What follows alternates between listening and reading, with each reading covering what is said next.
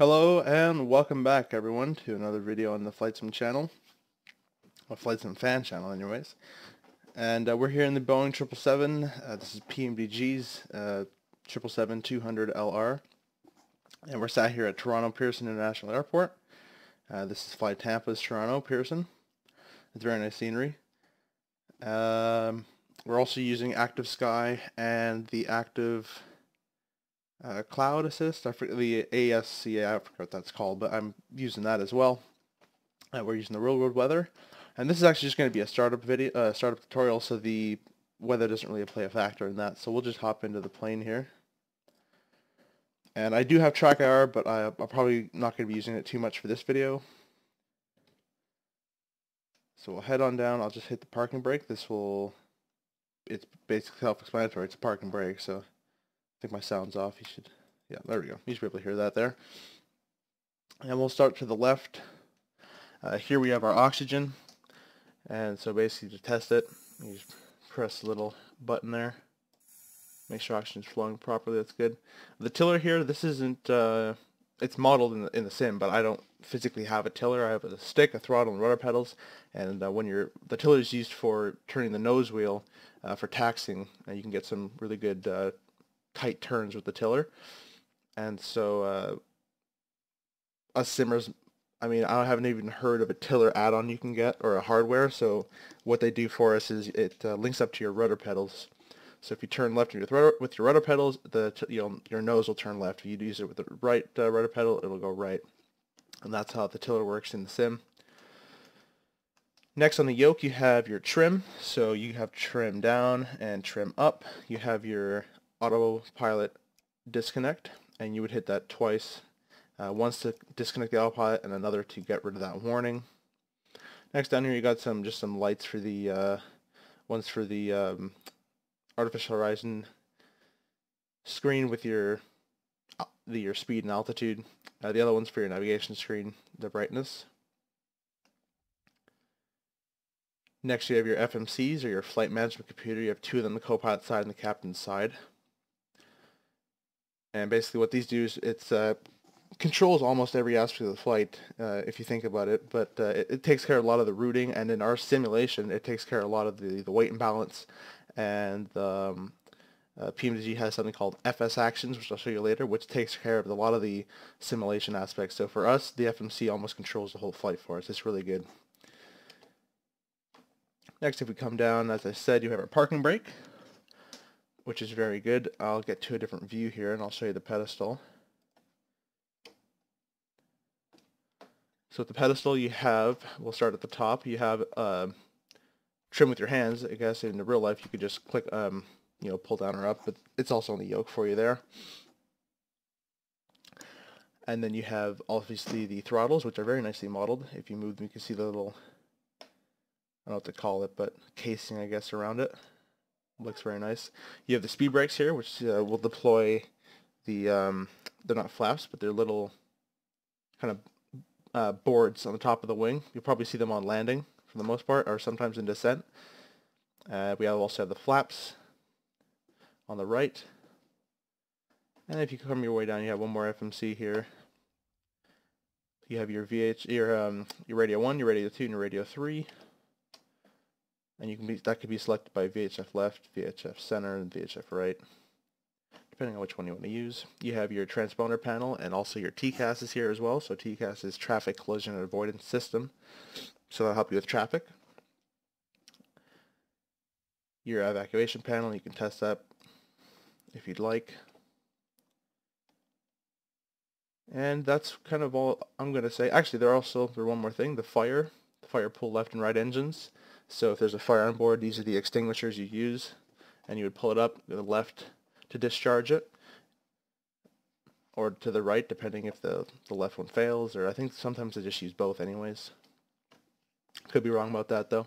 Also, if I do get things wrong, which I probably will, you can just post in the comments below, and I'll learn for myself, and in another video I will use whatever I've learned.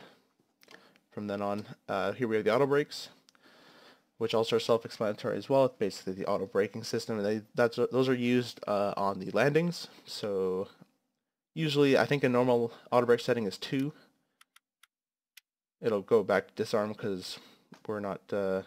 It senses that we're not in the air landing. So the only position it's going to allow is RTO, which is reject the takeoff. Basically, RTO is reject takeoff.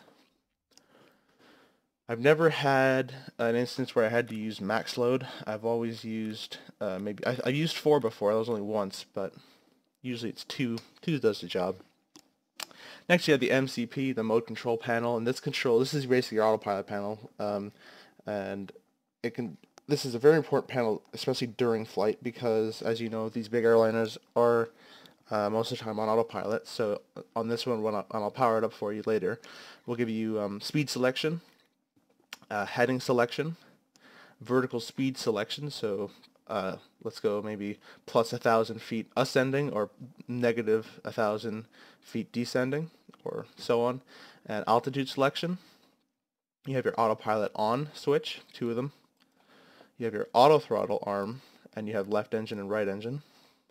Your flight directors for both captain and co-pilot. Your autopilot disengage, which a lot of people use this to actually disengage their autopilot, but the proper way to do it, if there's no emergency, is just from the yoke button there. I believe this is only used in emergency cases. And you see you have a lot of other buttons here. You have LNAV, which is lateral navigation, so that'll help you steer on course to what your flight plan has, what you put into the flight director, and I just took off the auto brakes.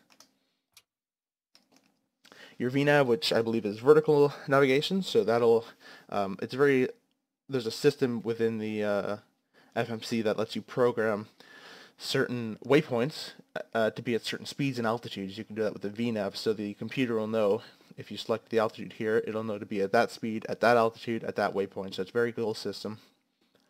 Next, you've probably been mousing over this button sometimes. It's actually mimicking, and this is just a sim tool. I'm 99% sure this is not in the real airplane. I'll try to get a view in front of the throttle if I can. And they're linked together. So these switches here, this will provide your TOGA mode, which is takeoff go-around mode. And if you hit this, basically the airplane's powered off now, but when you hit this, it'll go into auto throttle engage, and it'll go into your takeoff or go-around mode, depending on what stage of flight you're in. So what this does for simmers, it will act as a kind of a cheaty way to do it, but you can just click this, and it'll click the button down here for you, just because sometimes, let's say at this angle, you're trying to hit it, and usually when you're hitting that button, the power is at, I think, 55%, just to make sure all the engines are stabilized. It's kind of hard, especially here. Like, I'm going to hit something I don't want to hit, so it's just there for simmers for us. Moving to the left, and this is completely replicated on the co-pilot side, we have the VOR selector and ADF selector, which are apparently inoperative right now, but VOR right, VOR left, and then I'll just give us our VOR's indication on our navigation screen. Our range, so we can depict how big we want to see the scale of our map of our navigation screen, so if we want 20 miles, 10 miles, and so on.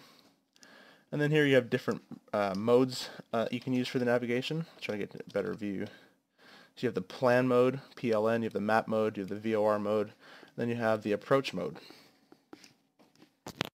Next, you have right here you can set your minimum altitude, so your minimums, either the radio or the barometric, and it says minimums.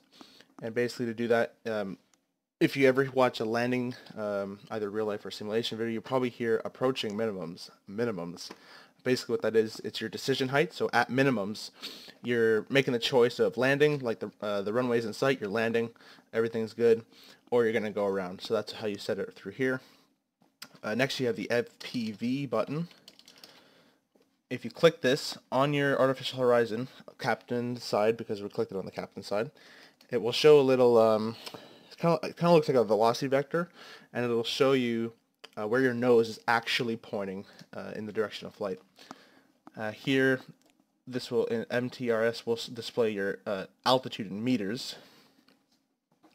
And here you can set your altimeter, or you can switch it to QNH, which in Europe they use the QNH. If you're going in America or Canada, they use the altimeter setting. So like I'll give you an example, like 2992 is usually going to be the altimeter, and then the equivalent of that in QNH is 1013, I believe. So that's how you switch it between there. If you're flying in and out of, let's say, New York to London, you'd have it in New York at the altimeter setting, and in London you have it at the QNH setting.